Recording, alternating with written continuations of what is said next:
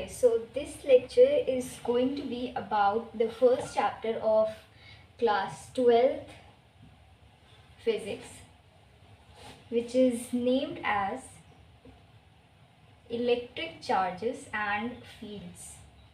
So, just like in 11th grade, we started with bodies whose motion we had to study, and in 11th grade we had like real bodies like cars or say people or elevator, etc., and those things were initially at rest. That is, we call it static means at rest, and then we saw the dynamics, that is when it is moving. And here we are going to start with something which is called electrostatics.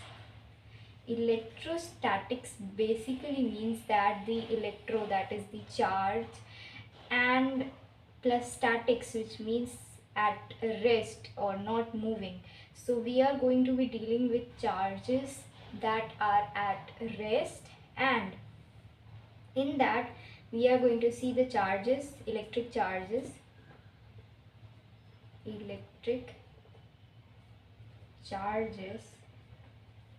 plus fields. Now we are going to see what fields are, and basically this chapter is more oriented towards those who have already seen what these things are. They just need to have an overview, and they need to have the derivations of important questions that might come exam. So let's get started. So first of all, what are electric charges? You already know that these are properties of masses, that when something has mass, it is constituted of atoms, and those atoms have positive or negative charges. And when how do things get charged? When we take electrons from it, it gains more positive, more protons, so that is why they are positively charged, and if we give more electrons to them, then they are negatively charged. So basically that was just an overview. We are not going to go into very basic details, as I already said that I am going to assume you're already knowing the basic details of positive charges and negative charges and how they attract and repel each other. I'm going to start with directly with the properties of charges. So we are going to see what are the properties of these charges. So first of all, these charges are additive. Okay, so just like normal, अगर हमारे पास charges हैं, यहाँ पे plus charge, यहाँ पे एक charge है, यहाँ पर दो चार्ज है पॉजिटिव, एंड यहाँ पे एक नेगेटिव चार्ज है और यहाँ पे नेगेटिव 2 चार्ज है. So we say that charges are additive. Now there is a difference between the additive of like addition, normal addition, and addition of charges. Like for example, if we add a plus 1 and minus 1, we say that it is 0. Here also we say that if there is a positive charge and a negative charge, if we add them, we get 0 charge. But that does not mean that like for example, if we take these three charges, plus 1, minus 1, and minus 2, so these two will get 0 and this will be minus 2 to minus 2. So this minus 2 means that there is a negative charge. This minus here, this is not just a mathematical entity of positive or negative. It is the entity of the type of charge that is present, that is negative charge is present. Or for example, maybe if we take these three, then positive charge is present.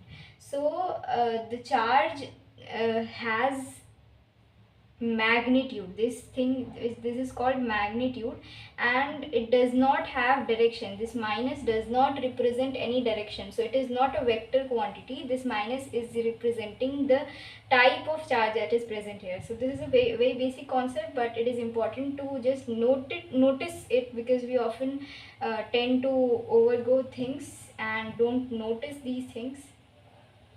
The next thing is that charge is conserved. Okay, So the charge is conserved. So what does charged conserved means? Charge is conserved means that for an isolated system, a system where nothing goes in, nothing comes out, like nothing comes in and nothing goes out, in such a system the total charge is conserved.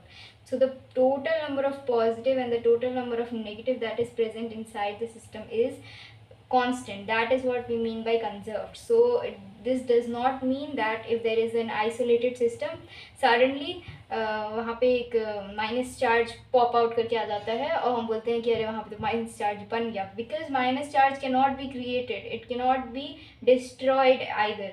So what it means is, अगर वहाँ पे एक minus charge बनता है तो इसका मतलब ज़रूर कहीं पे, अगर मान लो वो बिल्कुल ज़ीरो से बनता है, लाइक वहाँ पे पहले कोई चार्ज नहीं था और अचानक से एक माइनस चार्ज बन रहा है, तो इसका मतलब ये है कि वहाँ पे कहीं ना कहीं छिपा हुआ होगा एक पॉजिटिव चार्ज भी, जो कि पहले वो दोनों मिले हुए थे तो हम कह रहे थे कि वहाँ पे कोई चार्ज नहीं है, बट फिर वो पॉजिटिव चार्ज वहाँ से थोड़ा सा साइड हो गया तो हमने बोला नेगेटिव चार्ज हमें नज़र आ रहा है.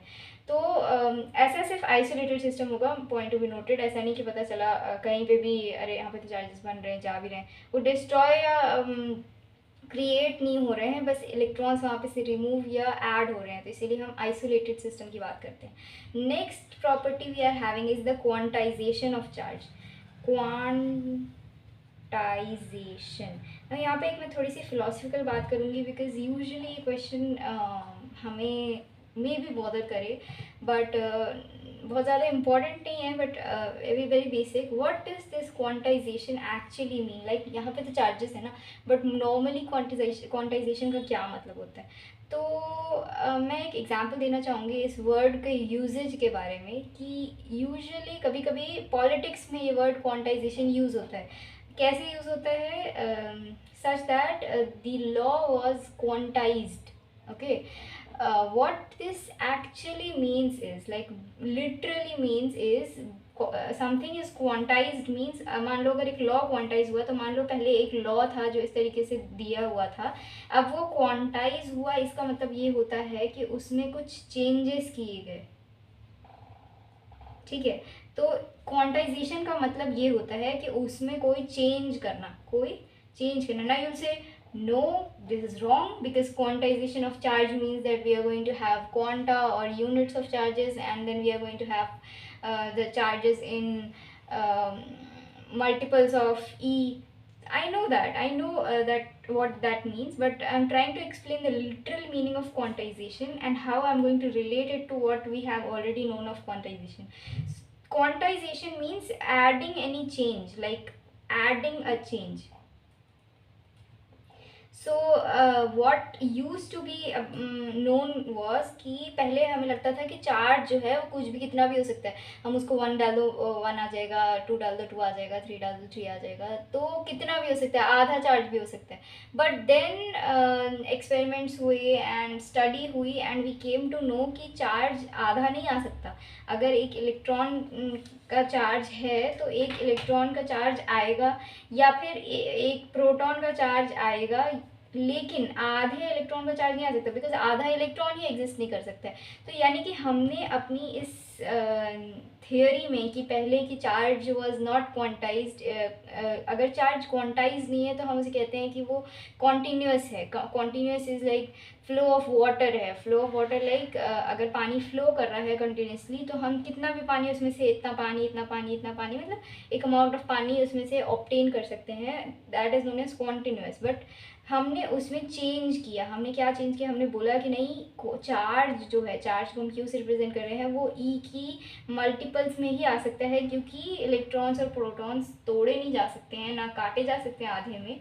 सो ये एक बेसिक अंडरस्टैंडिंग है फिज़िक्स की, कि फिज़िक्स में भी क्वांटाइजेशन होता रहता है. यहीं पे क्वांटाइजेशन नहीं होता, कई जगह पे क्वांटाइजेशन होता है. अगर आप कहीं भी ऐसा देखते हो कि किसी चीज़ को रेस्ट्रिक्ट किया जा रहा है, एडिंग अ चेंज और there is a restriction. Okay, so if there is a restriction, जैसे यहाँ पे चार्ज की यूनिट पे रेस्ट्रिक्शन लग रहा है कि चार्ज सिर्फ इतने के बीच में आ सकती है, तो ऐसी चीज़ों को क्वांटाइजेशन कहते हैं. तो क्वांटम थ्योरी जो है वहाँ पे भी यही आ रही है कि हम पहले बोलते थे कि जो एनर्जी है वो कंटिन्यूस है, but then we said that no it is quantised. तो ये सब चीज़ें all that belongs to quantisation. I will not dive very deep into it. तो हाँ, एक चीज़ ये ई की वैल्यू याद कर लें, पता चला एग्जाम में जाके आपको ई की वैल्यू याद नहीं आ रही है तो बहुत बहुत बहुत बहुत बुरा लगता है. Next Coulomb's law. Mind the spelling, because हम यूजुअली स्पेलिंग पे ध्यान नहीं देते हैं. इसकी स्पेलिंग थोड़ी सी डिफरेंट है यूजुअल से. Okay, so the Coulomb's law is what we already know. हमें बहुत अच्छे से पता है कि F equal to k Q1 Q2 by r square is the Coulomb's law, right. लेकिन यहाँ पे जो हमारे को as a 12th grader note करना है वो ये है कि हमें इसे वेक्टर फॉर्म में लिखना आना चाहिए. ओके, सो वेक्टर फॉर्म में हम इसे क्या लिखेंगे ये हम देखते हैं. तो सबसे पहले एज पर दी NCERT, मैं NCERT को ही फॉलो करते हुए डायग्राम बनाऊंगी. एज पर दी NCERT हम क्या करते हैं, पहले एक ओरिजिन लेते हैं. लेट्स से ये हमारा XY एक्सिस है और यहाँ पे हमने ओरिजिन लिया, origin O.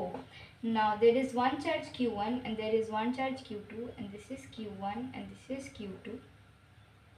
And अब हम पोजीशन वेक्टर बना रहे हैं. तो मैं यहाँ पर बीच में यहाँ पे मैं कूलम्स लॉ बताऊंगी और यहाँ पे मैं वेक्टर्स के थोड़े बहुत बेसिक कॉन्सेप्ट बताती जाऊँगी. If you don't know you might refer to these. तो सबसे पहले अगर एक एक्सिस XY एक्सिस है और इस पर कोई भी पॉइंट है, उस पॉइंट का पोजीशन वेक्टर हम जो है वो ओरिजिन से बताते हैं ये एरो बनाकर. This is the position vector of this point, this point, right. तो यहाँ पे जो हमारे दो चार्जेस हैं इनका पोजीशन वेक्टर क्या होगा. इसका पोजीशन वेक्टर होगा ये और इसका पोजीशन वेक्टर होगा ये, राइट. अब क्योंकि ये Q1 है तो मैं इसके पोजीशन वेक्टर को R1 लिख दे रही हूँ और इसके पोजीशन वेक्टर को R2 लिखने. और क्योंकि मैं बोल रही हूँ वेक्टर इसलिए मैंने वेक्टर साइन भी लगाए हैं. अगर मैं वेक्टर ना बोलती तो मैं यहाँ पे वेक्टर साइन नहीं लगाती. फॉर एग्जांपल यहाँ पे मैंने F equal to k Q1 Q2 by r square लिखा तो मैंने बोला this is the force, not the force vector. तो force is actually a vector quantity, right. इसीलिए हमें इसे वेक्टर फॉर्म में भी लिखना आना चाहिए. नाउ अगर हम फोर्स की डायरेक्शन देखें, let's assume Q1 and Q2 are positive charges. Both are positive, so both are going to repel each other. Like we know that it's a normal कि अगर दो positive charges हैं तो positive charges repel each other, right. So हम अब direction बताएंगे. तो force किधर लगता है, अगर दो पॉइंट चार्जेस होते हैं तो फोर्स उनकी लाइन ज्वाइनिंग की डायरेक्शन में लगता है. लाइक ये पॉइंट 1 है, ये पॉइंट 2 है, ये उसकी लाइन ज्वाइनिंग है तो इसी लाइन पे लगेगी. अब वो डिपेंड करता है कि वो टुवर्ड्स लगे या वो अवे फ्रॉम द उस पर लगे, away from the object, but लगेगी उस लाइन ज्वाइनिंग पे. तो ये हमारी इस तरीके से एक इमेजिनरी लाइन ज्वाइनिंग है, right. I think you can see it where. तो क्योंकि ये दोनों पॉजिटिव हैं तो ये दोनों रिपेल करने वाली हैं. तो इस लाइन ज्वाइनिंग पे Q1 पे Q2 की वजह से फोर्स इस तरफ लगेगा और Q2 पे Q1 की वजह से फोर्स इस तरफ लगेगा, राइट. एंड फोर्स जब हम लिखते हैं कि Q1 पे लग रहा है तो हम लिखते हैं F1. किस वजह से लग रहा है, 2 की वजह से लग रहा है, तो 1 2. This is the force vector. अब यहाँ पर फोर्स जो लग रहा है F किस पे लग रहा है, 2 पे लग रहा है. किसकी वजह से लग रहा है, 1 की वजह से लग रहा है. तो हम इस तरीके से नेमिंग करते हैं. पहले हम लिखते हैं किस पे लग रहा है, force on 2, then we write due to. So this is the representation. Now we are going to see that हमें ये पता चल गया कि फोर्स किधर है, राइट. अब हमें डायरेक्शन पता करना है फोर्स का. तो फोर्स का डायरेक्शन हम F से नहीं बता सकते. लाइक अगर हमें पता है, यहाँ पे मैं लिखती हूँ, कोई भी अगर वेक्टर है, let's say it is v vector, so we can write it as magnitude into its direction which is the v cap. तो ये जो है ये यहाँ पर हमें फोर्स का फाइंड आउट करना है. तो हम लिख सकते हैं कि force is equal to force का मैग्नीट्यूड इनटू फोर्स का वेक्टर, फोर्स का cap, that is force cap. तो फोर्स का ये जो हम मैग्नीट्यूड लिखते हैं, ये जो v इस तरीके से हम लिखते हैं, इसको हम नॉर्मली v भी लिखते हैं, तो ये एक्चुअली में फोर्स है। तो force vector is equal to force into force cap, and ये फोर्स हमें यहाँ से ऑलरेडी पता है कि k q1 q2 by r square है, तो हमें फोर्स कैप निकालना है। बट फोर्स देख के फोर्स कैप तो पता नहीं चल रहा है ना, मैं आपको कोई एग्जाम में आके बताने वाला कि फोर्स कैप की वैल्यू ये है। So what you are going to know is ये r1 वेक्टर क्या है और r2 वेक्टर क्या है। तो हमें इन दोनों की मदद से फोर्स कैप निकालना है, तो हम इन दोनों की मदद से क्या ये निकाल सकते हैं। That's a very simple thing. कैसे निकाल सकते हैं, आप इधर देखिए, अगर मेरे पास एक वेक्टर है ये, एक वेक्टर ये दोनों टेल टू टेल जॉइंट है, तो आपको पता है इनका सम कैसे लिखा जा सकता है। इनका सम इस तरीके से एक पैरेललोग्राम बना के इस तरीके से लिखा जाता है, राइट। और इनका डिफरेंस कैसे लिखा जाता है, ये अगर r1 है ये r2 है, तो r1 प्लस r2 ये है, ये वेक्टर में है, तो this one is r1 vector plus r2 vector. अब अगर मुझे r1 vector minus r2 vector लिखना है तो मैं इसको कैसे लिखूँगी, मैं पहले माइनस r2 वेक्टर बनाऊँगी, ठीक है, ये हो गया माइनस r2 वेक्टर, और फिर उसके बाद मैं इन दोनों का सम निकालूंगी, इन दोनों का r1 वेक्टर का और माइनस r2 वेक्टर का। इसको हम लिख सकते हैं r1 vector plus minus r2 vector, right.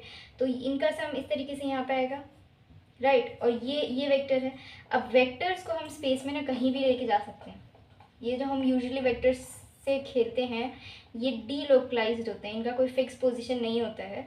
तो हम जैसे कि मैं एग्जांपल दूँ तो इस बॉक्स पे मैं इधर से पुश कर रही हूँ, को हम सिमिलरली लिख सकते हैं कि सेम फोर्स से मैं इधर से पुल कर रही हूँ, राइट। मैंने इस वेक्टर को ऐसे खिसका दिया यहाँ पे, उसी तरीके से मैं इस वेक्टर को भी यहाँ पे खिसका सकती हूँ।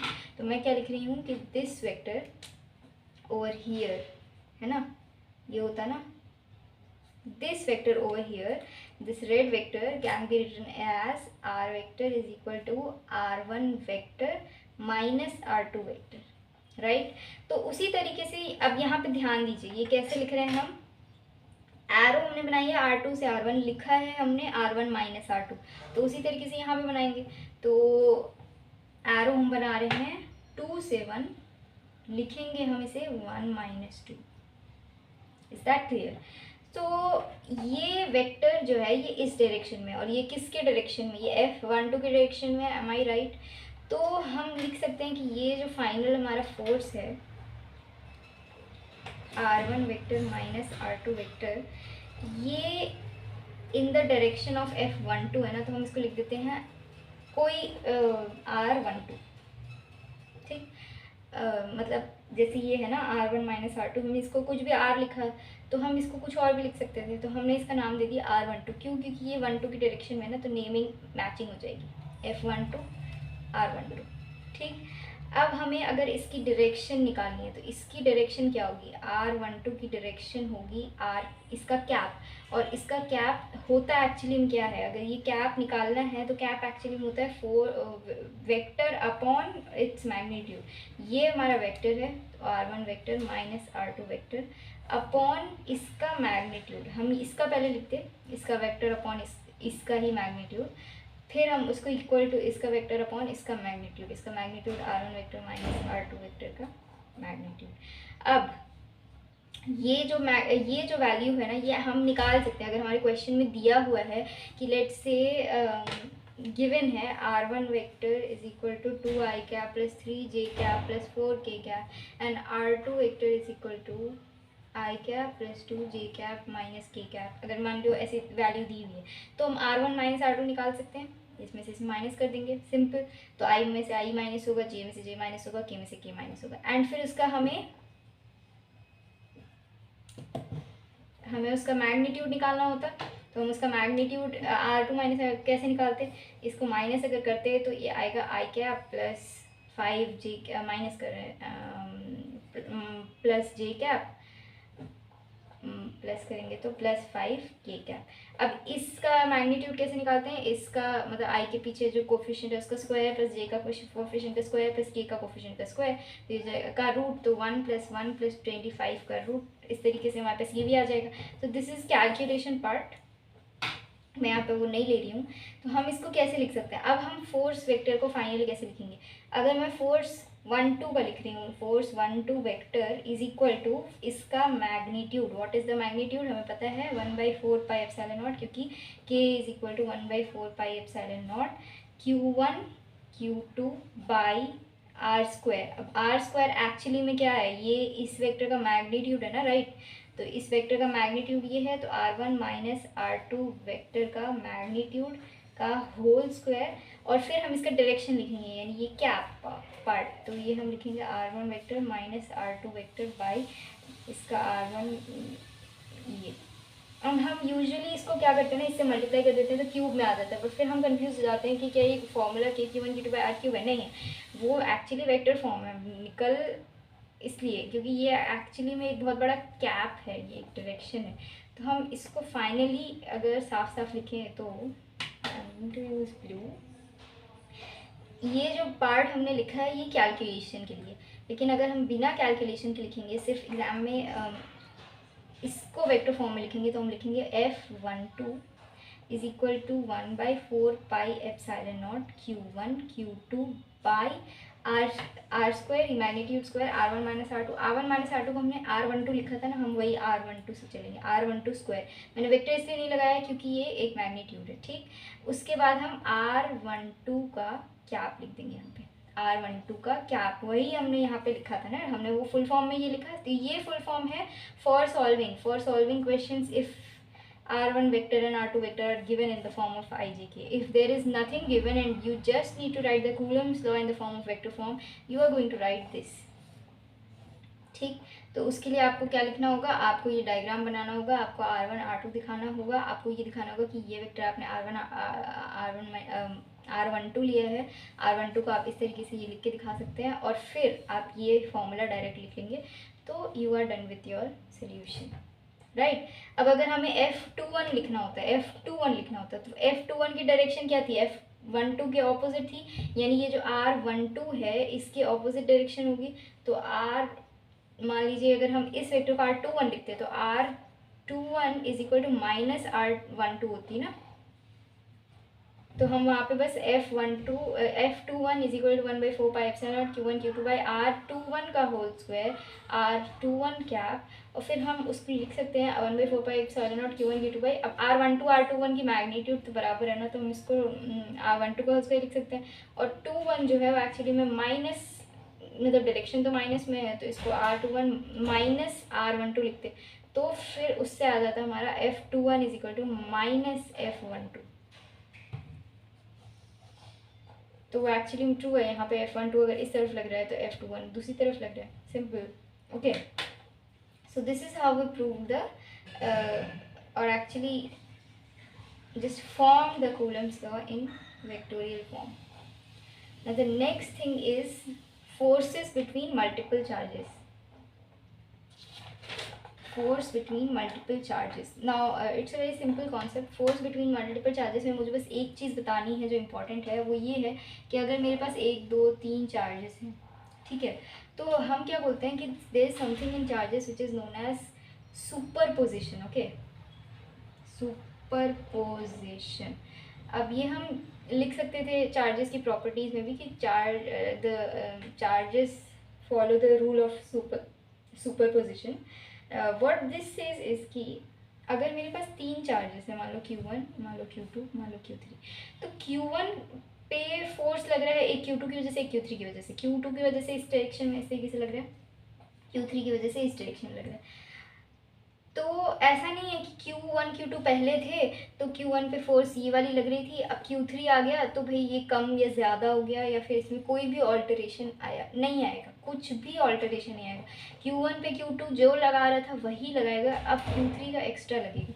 तो ये हो जाएगा Q1 2 की वजह से, और force F12, and this is going to be force 1 का 3 की वजह से. उसी तरीके से इस पे सेम फोर्स लगेगा.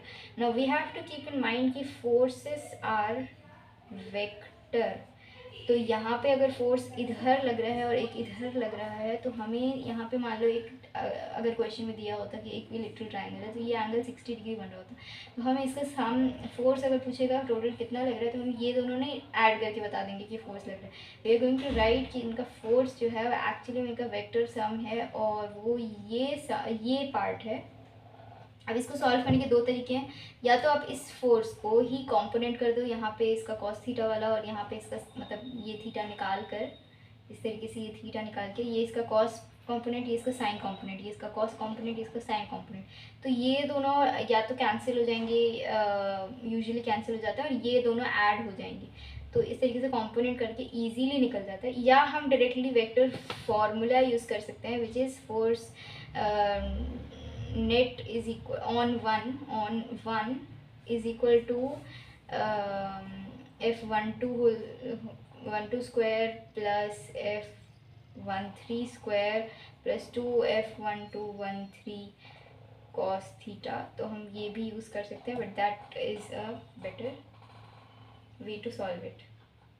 तो इसी तरीके से मान लीजिए अगर यहाँ पे तो मैंने एक ट्रायंगल फॉर्म में दे दिया था, अगर मेरे पास स्क्वायर फॉर्म में है या फिर मेरे पास पेंटागन फॉर्म में, हेक्सागोन फॉर्म में, हम कोशिश करेंगे कि हम इस तरीके से वेक्टर्स जो हमारे पास आ रहे हैं, जैसे ये दोनों वेक्टर आ रहे थे, हम इनको इस तरीके से रिजॉल्व करें, मतलब इस तरीके से सॉल्व करें कि ईजिली सॉल्व हो जाए। So I hope you can do questions on this to make this better. Next we have is electric field.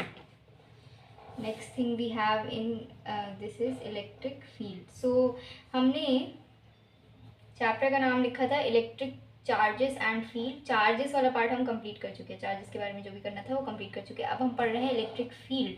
Okay, actually में ये जो इलेक्ट्रोस्टैटिक्स जो पार्ट है, यानी कि इलेक्ट्रोस्टैटिक्स मीन्स वहाँ जहाँ पे चार्जेस आर इन रेस्ट, तो हमें वहाँ पे पढ़ना होता है QEVC।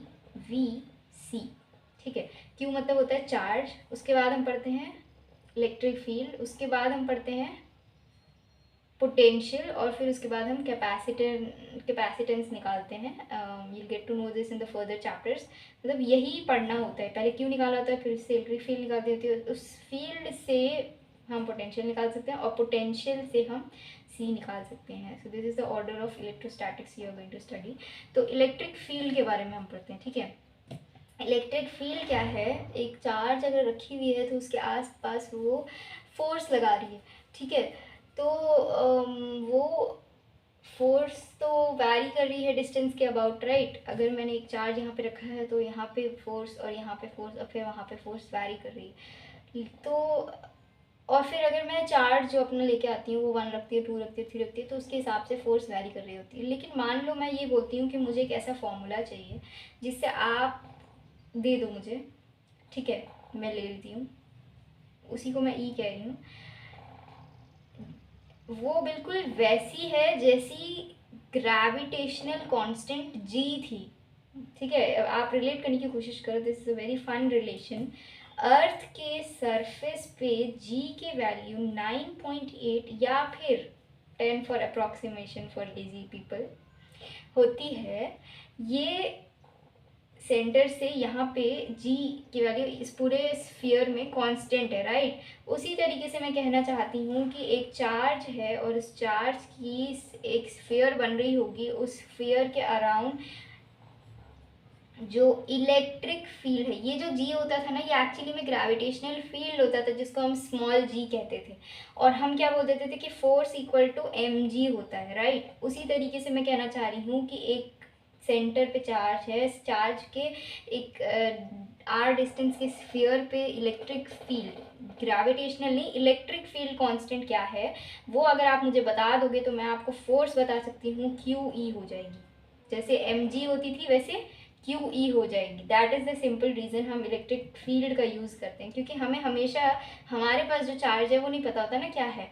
हमारे पास जो चार्ज है वो हम कितना भी ला के रख देते हैं वहाँ पर, लेकिन वहाँ पे वो अगर चार्ज आ जाता, जो मेरे पास है जो भी है वो अगर आ जाता तो उस पर कितना फोर्स लग पाता है वो निकालने के लिए हम ई का यूज़ करते हैं। जैसे जी का यूज़ करते हैं, जी इक्वल टू 9.8 है, वो हमने बता दिया। तो अब मेरे पास मास दे दो, 1 दे दो, 2 दे दो, 3 दे दो, मुझे बार बार के क्यू 1 बाई आर स्क्वायर मतलब के, देखिए अर्थ पे वो लगाना ऐसा लगता था बहुत मतलब समझ की बात है, कौन जी की वैल्यू पुट करेगा, उसके बाद जी इंटू मास ऑफ अर्थ करेगा upon radius of earth whole square करेगा इंटू फिर आप कोई भी मास 1 2 3 4 डाल दो, तो वो लगता था कि बहुत बड़ी बात है। अरे भाई बड़ी बात तो यहाँ भी है ना, के है, Q1 है अपॉन R1 स्क्वायर है या R2 स्क्वायर मतलब R स्क्वायर है, वो भी सिंप्लीफाई करना है हमें, तो उसकी जगह हम ई का यूज़ कर रहे हैं, दैट सिंपल। तो ई की वैल्यू एक्चुअली में क्या हो जाएगी, 1/4 पाई एप्सिलॉन नॉट क्यू, यानी ये जो सेंट्रल क्यू है अपॉन आर स्क्वायर, यानी इस का स्क्वायर इनटू इसका क्योंकि मैं वेक्टर फॉर्म में लिखना चाह रही हूँ तो मैं इसका डायरेक्शन लिख दूंगी। तो अब ये जो आर मैंने बनाया है इसका आप वेक्टर देख रहे हो किस तरफ है, इसी तरफ, और इस पर अगर फोर्स कहीं पे लगता, मान लो इस पॉइंट पे फोर्स लगाता है तो वो भी तो इसी तरफ लगता है ना, इसका मतलब आर वेक्टर और एफ वेक्टर की डायरेक्शन सेम है, तो हम इसको लिख सकते हैं आर कैप। यहाँ पे हम फोर्स कैप भी लिख सकते थे ना, बट हमने यहाँ पे आर कैप का यूज़ किया है बिकॉज हम यूजुअली इसी तरीके से फॉर्मूले बनाते हैं कि फॉर्मूले के अंदर जो पार्ट्स हैं उसी का कैप यूज़ करें। Okay, so this is what electric field is. अब इलेक्ट्रिक फील्ड पे NCERT में कुछ पॉइंट्स लिखे हुए हैं जो that is important to read. Okay, so I am just going to read it, you can listen to it or either read it for yourself. The first point is that we can infer that if Q is unity, okay, if Q is unity means the force that the Q which we are keeping, हम जो Q ला के यहाँ पे रख के बोलते हैं अच्छा बताओ कितना फोर्स है, अगर वो 1 है, यूनिटी है, तो the electric field due to this central capital Q charge is numerically equal to the force, क्योंकि फोर्स जो है वो मैंने लिखा Q की वैल्यू मैंने 1 डाली तो F इक्वल टू Q आया, राइट। तो thus the electric field due to charge q at a point in space may be defined as the force that a unit positive charge.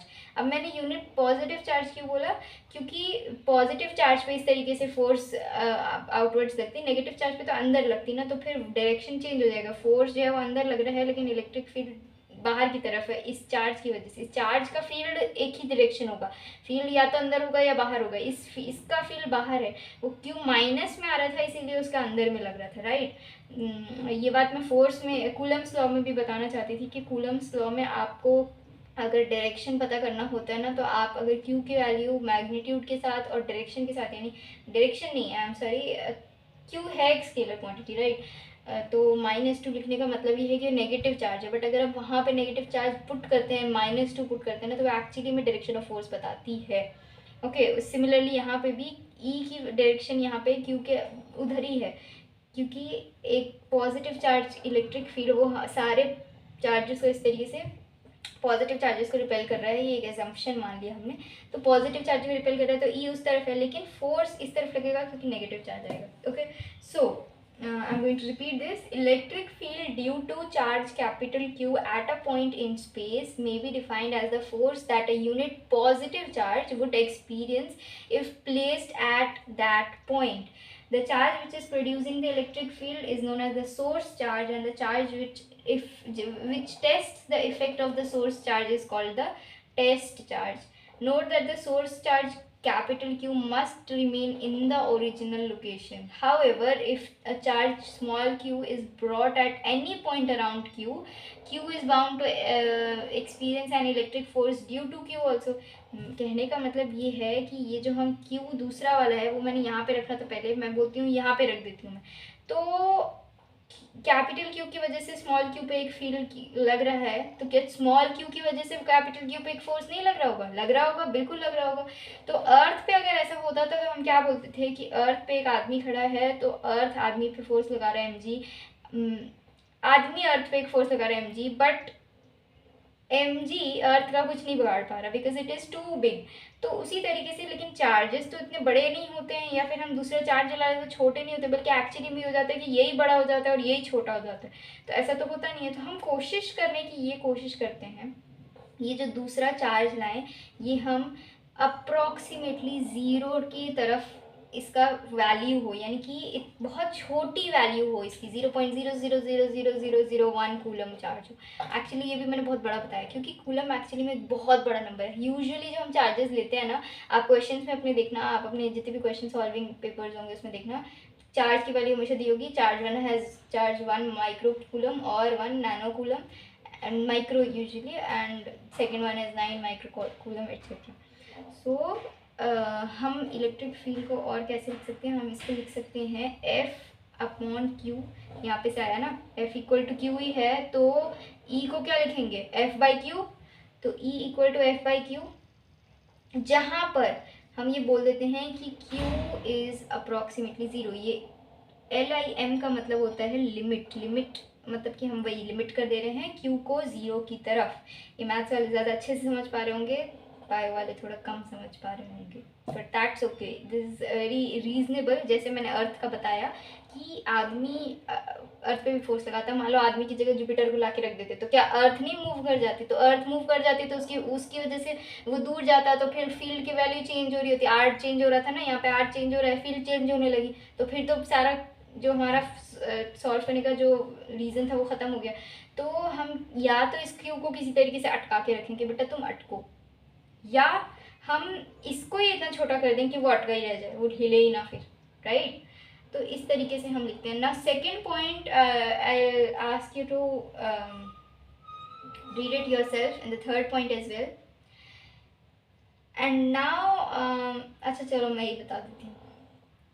Note that electric field due to Q through defined operationally is in terms of some test charge small q is independent of Q। ठीक है, ये जो electric field है E, ये जो small q था, अच्छा मैं इसको कैपिटल Q ही लिख देती हूँ, मैंने आपको कन्फ्यूजन ना हो, है ना। ये हमारा कैपिटल Q है और इस जो हम पॉइंट पे रखने वाले हैं वो स्मॉल q। तो ये जो इलेक्ट्रिक फील्ड है ये स्मॉल q के ऊपर डिपेंडेंट नहीं है, वो इसलिए क्योंकि F बाई क्यू यहाँ पे हम लिख दे रहे हैं, तो यहाँ पे फॉर्मूले में F बाई क्यू के उस तरफ E ही आ रहा है और कुछ नहीं आ रहा है, सिंपल बात है। Next is for a positive charge the electric field will be directed radially outward. तो एक पॉजिटिव चार्ज अगर हमारे पास है तो इसकी इलेक्ट्रिक फील्ड बाहर की तरफ होती है, और अगर एक नेगेटिव चार्ज है तो इसकी फील्ड अंदर की तरफ होती है। ये मैं आपको अभी बता चुकी हूँ, है ना। उसके बाद since the magnitude of F on charge due to Q depends only on the distance R of the charge, thus at equal distance from Q the magnitude of E is same.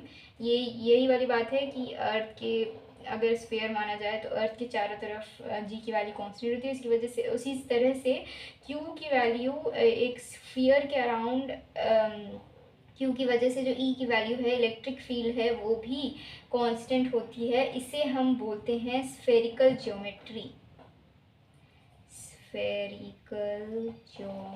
Spherical symmetry, I am sorry, symmetry, simple enough. Now the next thing over here is electric field due to a charge of system of charges. Now once again what I'm going to say is that electric field is जैसे कि forces due to charges were following the rule of superposition. Similarly, electric field due to charges follow the rule of superposition.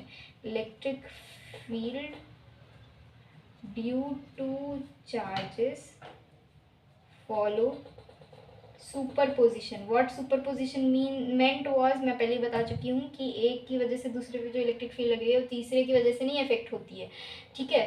तो वहाँ पे भी हम अगर E लिखेंगे तो हम E को वेक्टोरियली सम करेंगे, अगर इसकी वजह से इस पर फील्ड इधर लगती है, इसकी फील्ड इधर लगती है, तो उसका वेक्टर सम इधर आएगा, simple enough. Now the next thing is physical significance of electric field. I'll ask you to read this yourself. इसमें एक लाइन है जो मुझे बहुत पसंद है, जो कि इस चीज़ को बहुत अच्छे से समराइज़ करती है, इसलिए मैं इस चीज़ को रीड करना पसंद करती हूँ। ये आगे के चैप्टर्स में बहुत अंडरस्टैंडिंग के लिए काम आती है, बट ये आपको एक सेंस दे देगी कि फील्ड एक्चुअली में है क्या। Field, the field picture is this, ठीक है। इस तरीके से एनसीईआरटी ने लिखा है, आई एम ग्लैड लिखा है, आई एम ऑल्सो एस्टोनिश्ड कि लिखा है। The field picture is this, the accelerated motion of charge q1 produces electromagnetic waves। तो इस तरीके से बोल रहा है कि एक चार्ज q1 है जो कि एक्सेलरेट कर रहा है, मतलब यहाँ पे इलेक्ट्रोस्टैटिक की बात नहीं हो रही है, इसलिए मैं कह रही हूँ कि आगे के चैप्टर की बात है। बट लेट्स अंडरस्टैंड दिस, एक चार्ज है वो एक्सेलरेट हो रहा है, जिस तरीके से एक बॉडी एक्सेलरेट होती थी ना, वैसे यहाँ पे एक चार्ज एक्सेलरेट हो रहा है। तो जब चार्ज एक्सेलरेट होता है ना, तो देखो उसके चारों तरफ से ऐसे फील्ड निकल रही है ना, इस तरीके से फील्ड निकल रही है। वो जब एक्सेलरेट हो रहा है तो ये फील्ड सोचो ये ऐसे ऐसे हिल गई होगी ना, बिल्कुल ये ऐसे फील्ड निकल रही है, ये ऐसे हिलने लगी, तो वो फील्ड ऐसे हिल गई। उस फील्ड के हिलने की वजह से इट प्रोड्यूसेस इलेक्ट्रोमैग्नेटिक वेव्स। ठीक है, तो इलेक्ट्रिक फील्ड तो आपको नज़र आ रहा है इस तरीके से हिलने पे कैसे हो रही है। मैग्नेटिक फील्ड हम मैग्नेटिज्म में पढ़ेंगे वो किस तरीके से होती है। और ये जो इलेक्ट्रोमैग्नेटिक वेव है, मान लो ये यहाँ से ऐसे ऐसे फील्ड निकल रही थी, अचानक से एक्सेलरेट होने लगा, तो ये इस तरीके से हिल गई बिल्कुल, यहाँ पे जो हिलावट आया फील्ड में, और फिर वो ऐसे बढ़ भी रही है, तो इसका मतलब यहाँ आगे वाली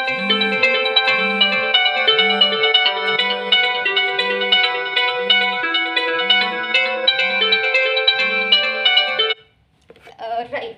तो ये that was a very bad disturbance, I am sorry for that. So जब ये हिल गई तो पीछे के भी फील्ड में प्रॉब्लम आ रही थी, आगे के फील्ड में भी अचानक से हिलावट आने लगी।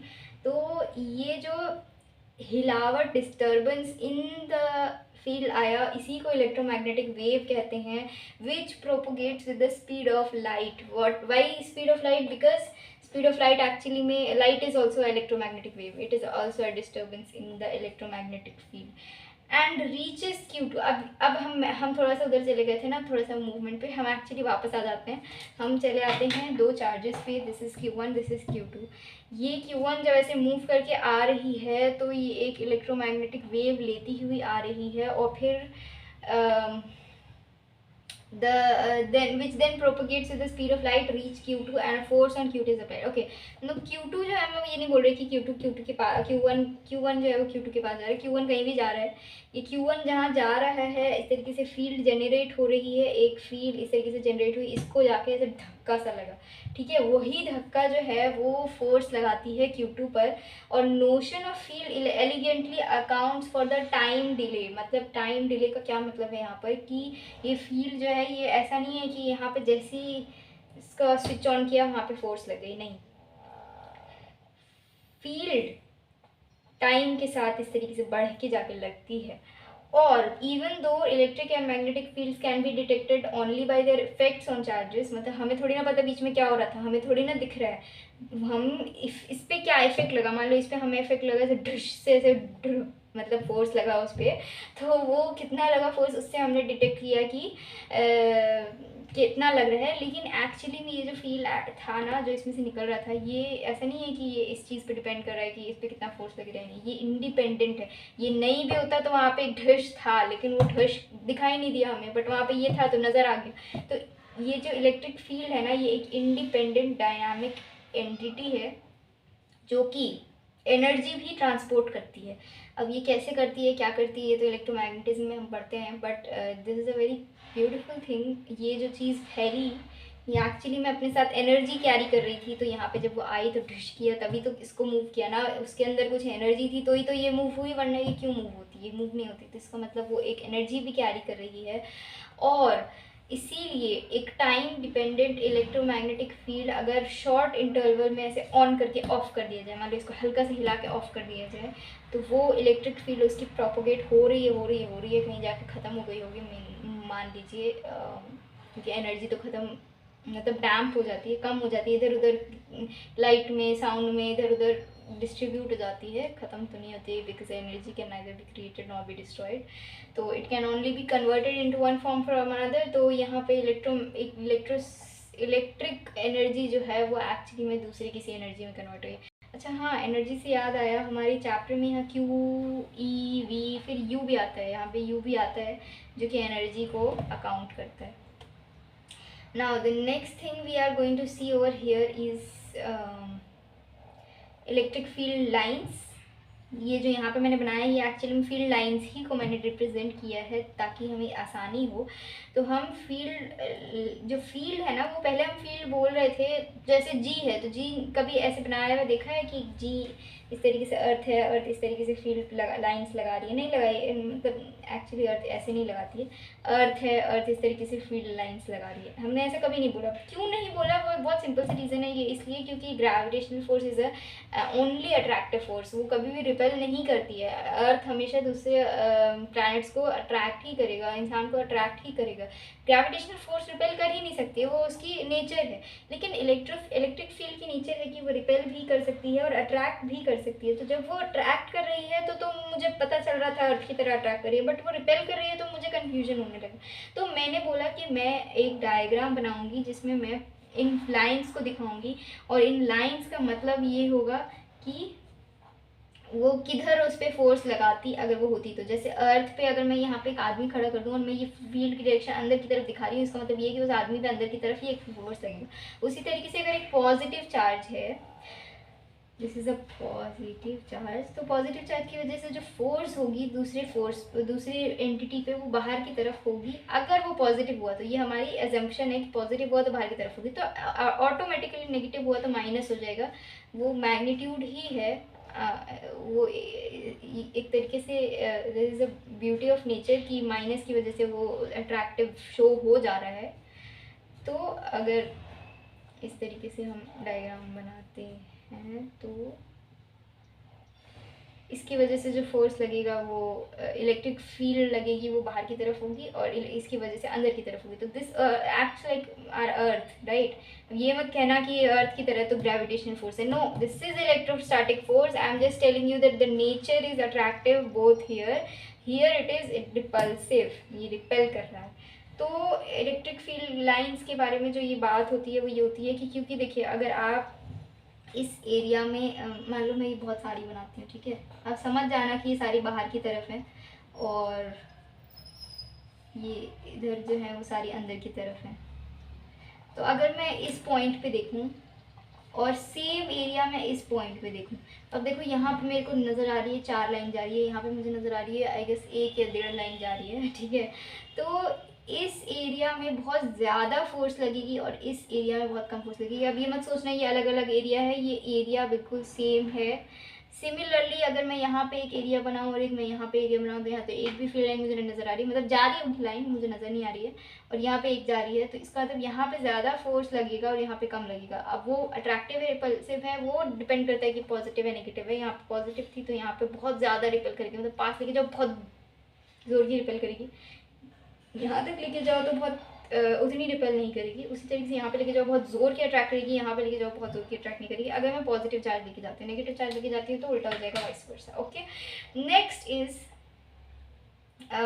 Electric flux. फ्लक्स वही होता है जो मैंने यहाँ पे ही बना दिया है, इसको कहते हैं, ठीक है, मतलब इसको लेके बनाते हैं। अगर मान लो एक इलेक्ट्रिक फील्ड है, अब देखो मैं यहाँ पे एक इलेक्ट्रिक फील्ड बना रही हूँ, ये तो ये बोलोगे ये कहाँ से आई, अरे तो वो किसी चार्ज से आई ना, कोई चार्ज होगी बैठी हुई पीछे में जिसकी वजह से आई, तो बोलोगे कि चार्ज से तो ये ऐसे स्फेरिकल बन के आ रही थी, आपने तो सीधी बनाई है। सिंपल बात है कि अगर मैं किसी तरीके से चार्ज बनाऊँ, लाइक फॉर एग्जांपल मैं प्लस प्लस प्लस प्लस एक साथ सारे बनाऊँ ना, तो उनकी फील्ड्स ऐसे आ जाती है। अच्छा हाँ, इस here comes the concept of what is known as some points about field, पता ही होती है usually, but I just revise it once more कि फील्ड जो है वो पॉजिटिव से स्टार्ट होती है, क्योंकि पॉजिटिव से निकल रही है और जाके नेगेटिव में घुस जाती है। तो इस तरीके से अगर ये दोनों को पास रख दें, तो ऐसे मैंने बनाया कि दूर रखे ना, अगर मैं इनको पास में लेती हूँ तो अगर ये पॉजिटिव है और ये नेगेटिव है तो इसमें से फील्ड निकलेगी, इसमें चली जाएगी, इसमें से फील्ड निकलेगी, चली जाएगी। अगर रास्ते में नेगेटिव मिल गया ना तो उसमें जाके घुस जाएगी लाइन्स, इस तरीके से, ठीक। तो इस तरीके से इस तरीके से इस तरीके से इस तरीके से इस तरीके से इस तरीके से ऐसे इसमें घुस रही है, इसमें से निकल रही है। स्पेस में इधर भी जा रही होगी, इधर भी जा रही होगी, बड़ा करके देखो तो नजर आएगा, छोटे में देखो तो इस तरीके से नजर आएगा कि पास में जो है वो घुस जाएगी। दूसरी बात ये है कि फील्ड लाइंस जो है वो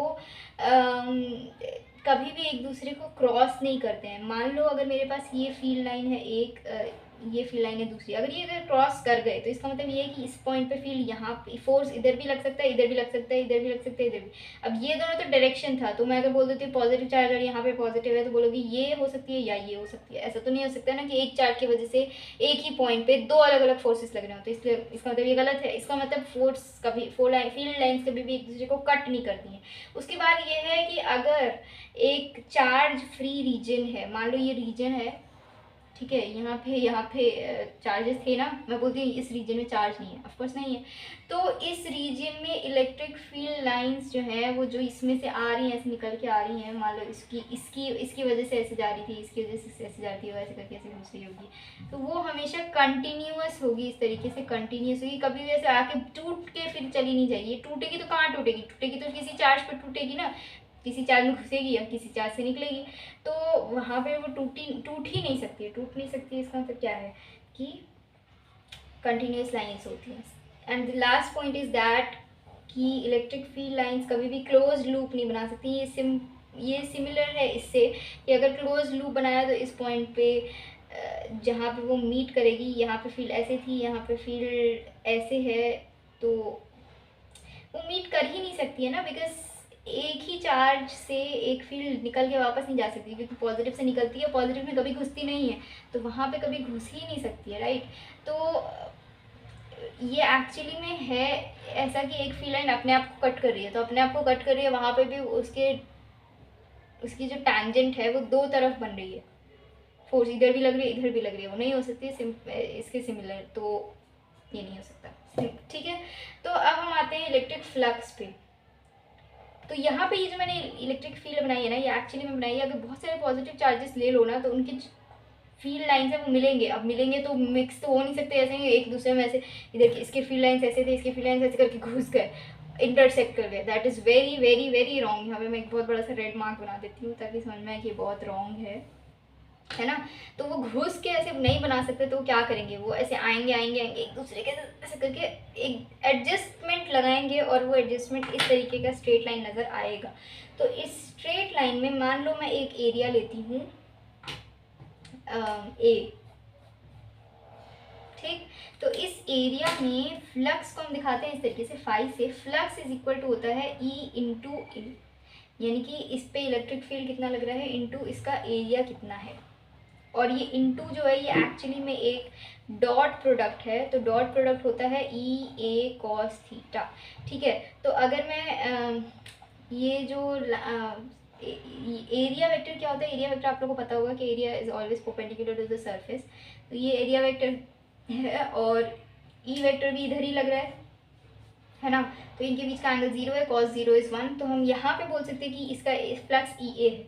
लेकिन मान लीजिए मेरा जो सरफेस है वो ऐसा ही था और यहाँ पे ये ए वेक्टर है, बट मेरी इलेक्ट्रिक फील्ड इस तरीके से लग रही होती, ठीक। तो यहाँ पे एक एंगल बना था, तो वहाँ पे हमें ई ए कॉस थीटा लेना होगा। अब इलेक्ट्रिक फ्लक्स एक्चुअली में होता क्या है, तो इलेक्ट्रिक फ्लक्स जो है वो ऐसा समझो कि हम जैसे वाटर है, वाटर का हम फ्लो देख सकते हैं, राइट। तो वाटर मान लो एक रेट से फ्लो कर रही है, ठीक है, पानी एक रेट से फ्लो कर रही है, लेकिन मैं मान लो एक पाइप बना दी और इस पाइप से मैं पूछ रही हूँ कि पानी अब कितना फ्लो कर रही है, तो आप बताओगे कि वो पानी कितना आ रहा था, राइट, वो कितना पानी आ रहा था इनटू कितना एरिया आप उसको दे रहे हो उसमें से निकलने का। लाइक आ तो पानी इतना भी रहा था ना, यहाँ भी आ रहा था पानी, यहाँ भी आ रहा था, लेकिन आपने इसको इतना ही एरिया दिया, इस एरिया से कितना पानी निकल रहा था। तो आपने बोला कि ये जो इलेक्ट्रिक फील्ड है ये एक यूनिट एरिया पे कितना पानी निकल रहा था वो है, और फिर आपने उसको कितना एरिया दे दिया, उस एरिया में वो कितना निकल रहा है वो है। तो इलेक्ट्रिक फ्लक्स एक्चुअली में क्या है, it is in picture electric field lines जो है वो electric field lines we saw that the number of field lines crossing a unit area place normal is a measure of strength of electric field। यहाँ पे हमने strength कैसे नापी, हमने यहाँ पे एक एरिया रख कर देखा, एक एरिया रख के देखा बोले तो एक उसका वैल्यू भी मान लेते हैं कि उसकी वैल्यू भी एक है। तो अगर हम इस इस एरिया वेक्टर में देख रहे हैं तो उसकी वो हम क्या बोलते थे कि वहाँ पे उसकी स्ट्रेंथ कितनी है। तो अगर हमें एक इतने एरिया में देखना है इसकी स्ट्रेंथ कितनी है, यानी कितना फ्लो हो रहा है, तो हम उसको ई इंटू उसका एरिया लिख देंगे, राइट। तो इस तरीके से अगर आपको इमेजिन करना है ना, तो आप ऐसे इमेजिन करो, आप जिस रूम में बैठे वो एक क्यूबिकल या फिर क्यूबॉइडल रूम है, और इसके मान लो आप राइट हैंड साइड में आपके जो वॉल है उसमें से इलेक्ट्रिक फील्ड लाइंस आ रही हैं।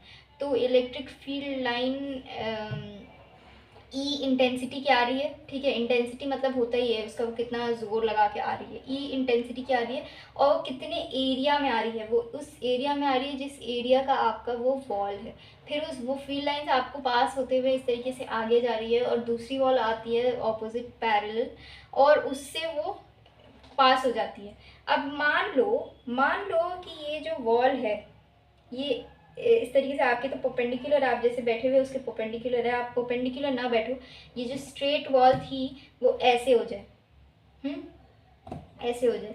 तो इस वॉल से अगर मैं इलेक्ट्रिक फील्ड, या मान लो इलेक्ट्रिक फील्ड अगर इमेजिन नहीं होता तो पानी मान लो, पानी आ रहा है, ठीक है, एक ऐसी वॉल थी, ऐसी वॉल से ऐसे पानी आ रहा था खूब सारा, अब वॉल ऐसे काट दी, इसमें से पानी आ रहा है, तो ये एंगल देखो कितना बनता है, इसका एरिया वेक्टर ऐसे बनेगा बाहर की तरफ, और इलेक्ट्रिक फील्ड का सॉरी ऐसे बनेगा, और इलेक्ट्रिक फील्ड ऐसे बनेगा, तो ये एक इस तरीके का एंगल बन रहा है, ठीक है।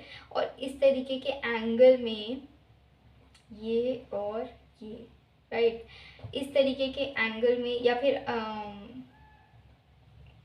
हाँ इस तरीके के बने, इस हाँ, तो इस तरीके के एंगल में कॉस थीटा की वैल्यू नेगेटिव आती है ना, कॉस 90 से ऊपर जब जाता है तो कॉस की वैल्यू आती है नेगेटिव। तो इसका मतलब ये है कि पानी का फ्लो नेगेटिव हो रहा है, ओके फाइन, वो समझना थोड़ा मुश्किल है, हम ऐसे समझते हैं, ये वॉल ऐसे कर दो, तो वॉल की एरिया वेक्टर इधर जा रही है, इलेक्ट्रिक फील्ड वेक्टर इधर जा रही है, तो इसका मतलब इसमें से जब कॉस थीटा निकालेंगे तो कॉस थीटा जो है ना वो कम आएगी, 1 से कम आएगी, 1 से कम मतलब कि यहाँ पे फ्लो ऑफ पानी कम हो रहा है, तो कॉस थीटा की वैल्यू जब 1 से कम आई मतलब फ्लो ऑफ पानी कम हो रहा है, इसका मतलब ये हो गया कि अब जो पानी पहले फ्लो कर रहा था ना इस एरिया से कम पानी फ्लो करेगा। अगर आपको ट्राई करना है तो एक पाइप को देखना, पाइप लेना, उसमें से पानी फ्लो कराना, फिर उसको ऐसे साइड वाइज कट करके पानी फ्लो कराना, अब देखना उसमें से जितना पानी आता है वो ओरिजिनल पानी से कम होगा, क्योंकि उनको एंगल मिल गया, राइट। अब यहाँ पे जो नेगेटिव वैल्यू आ रही थी हमारी थोड़ी देर पहले, इसका एक्चुअली में क्या मतलब था, इसका मतलब लाइक नेगेटिव वैल्यू कब आएगी, जब एरिया वेक्टर इस तरफ है और फील्ड वेक्टर इस तरफ है। तो मान लो मैं एक एरिया वेक्टर बना देती हूँ, मतलब एरिया बना देती हूँ इसमें, और इसमें मैं इस तरीके से फील्ड ऐसे घुसा रही हूँ, तो मैंने अगर माना कि फील्ड निकलने को पॉजिटिव बोलते हैं तो फील्ड घुसने को नेगेटिव बोलेंगे, तो वही नेगेटिव हमारे यहाँ पे सिग्निफाई कर रहे हैं, ठीक है। तो ये हो गया फ्लक्स। अब